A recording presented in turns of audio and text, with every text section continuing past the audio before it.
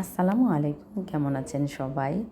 আশা করছি সবাই ভালো আছেন। আর আপনাদের দোয়ায় আল্লাহর রহমতে আমিও আমার পরিবারের সবাইকে নিয়ে ভালো আছি, আলহামদুলিল্লাহ।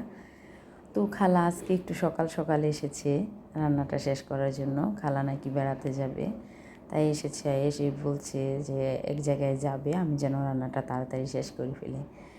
যেহেতু আম্মু বাসায় নেই, আমি একা, তো আজকে কি রান্না করবো এটাই চিন্তা করছি যে কি করা যায়।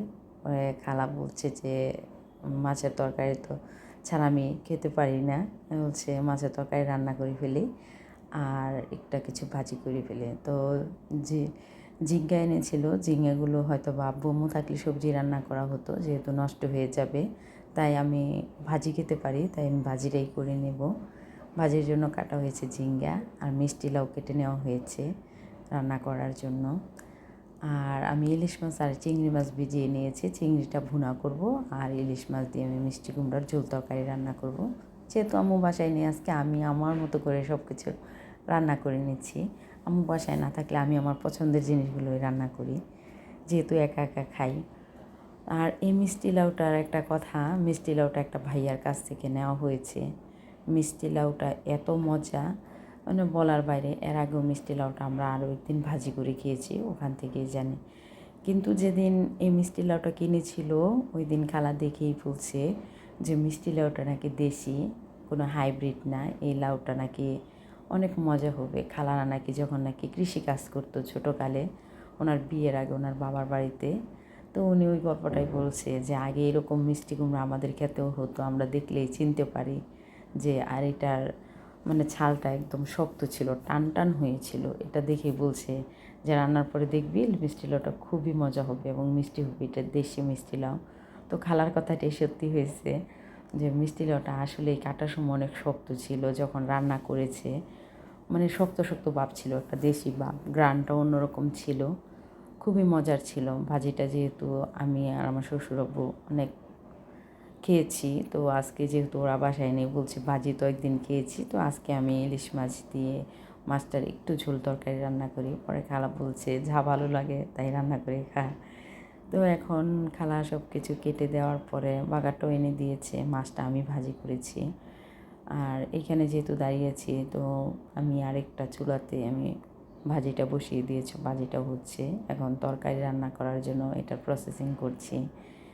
ভাজিটাও মাঝে মাঝে নাড়া দিচ্ছি যেন এটা পুড়ে না যায়, আর এটা নরম নরম হয়ে আসলে আমি নামিয়ে দেবো। এদিক দিয়ে আমার মিষ্টি লাউয়ের তরকারির যে বাগারটা দিয়েছি ওটা মানে বাগারটা এসেছে। আর আমাদের বাসায় এখন বর্তমানে কোনো হলুদ মরিচের গুঁড়া নেই, যার কারণে মানে প্যাকেট খাচ্ছি। অবশ্য আব্বু আম্মু বাড়িতে গিয়েছে, ওখান থেকে আমাদের যে মরিচ হয়েছে খেতে ওগুলো শুকনো আছে, ওগুলো ভাঙিয়ে গুঁড়া করে নিয়ে আসবে।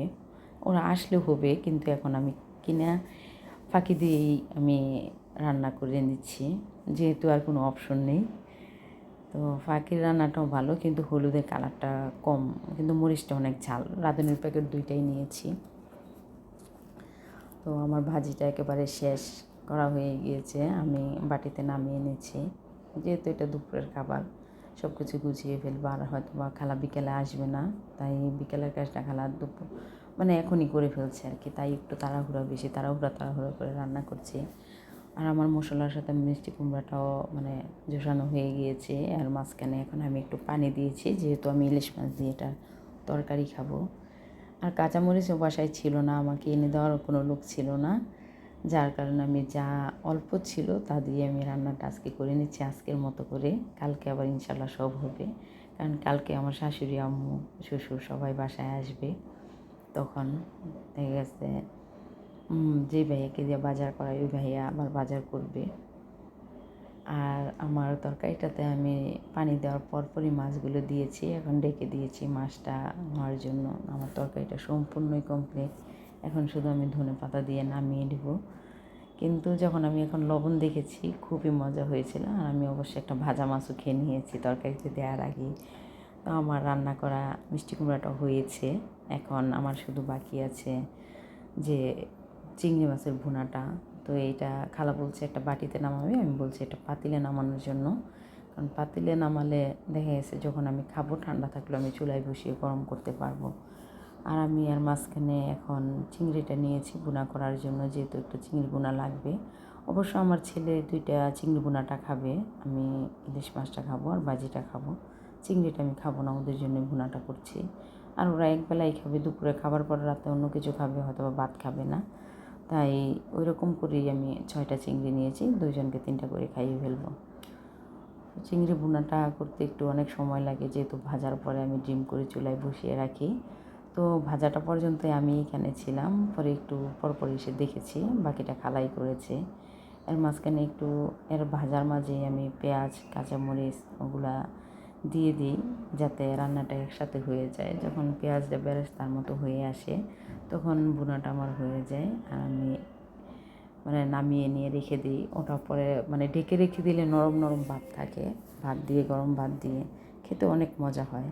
এভাবে কেউ ভুনা করে কিনা, যেহেতু আমার ছেলে বাচ্চারা খাবে তাই আর এক্সট্রা মরিচ দিনে এইভাবে আমি ভুনাটা করে ফেলি ওদের জন্য। ওরাও এটা খেতে অনেক পছন্দ করে গরম ভাত দিয়ে, তো ওদের জন্যই ভুনাটা করা। আমার ভাতও হয়ে যাবে, যেহেতু ভাতটা আমি রান্না করি না, সবসময় খালা রান্না করে, খালা জানে কখন হয়। আর আমাকে যদি কখনো ভাত রান্না করতে দেওয়া হয়, আমি ভাতের বদলে যাও রান্না করে ফেলি। কখনো পারফেক্ট ভাত আমি নামাতে পারি না, কারণ আমি ভাত বসিয়ে এদিক সেদিক চলে যাই, পরে আর আমার মনেই থাকে না যে আমি চুলায় কিছু বসিয়েছি। আমার রান্না করা শেষ, আমি এসে পড়েছি। ভালো থাকবেন সবাই, আল্লাহ হাফেজ।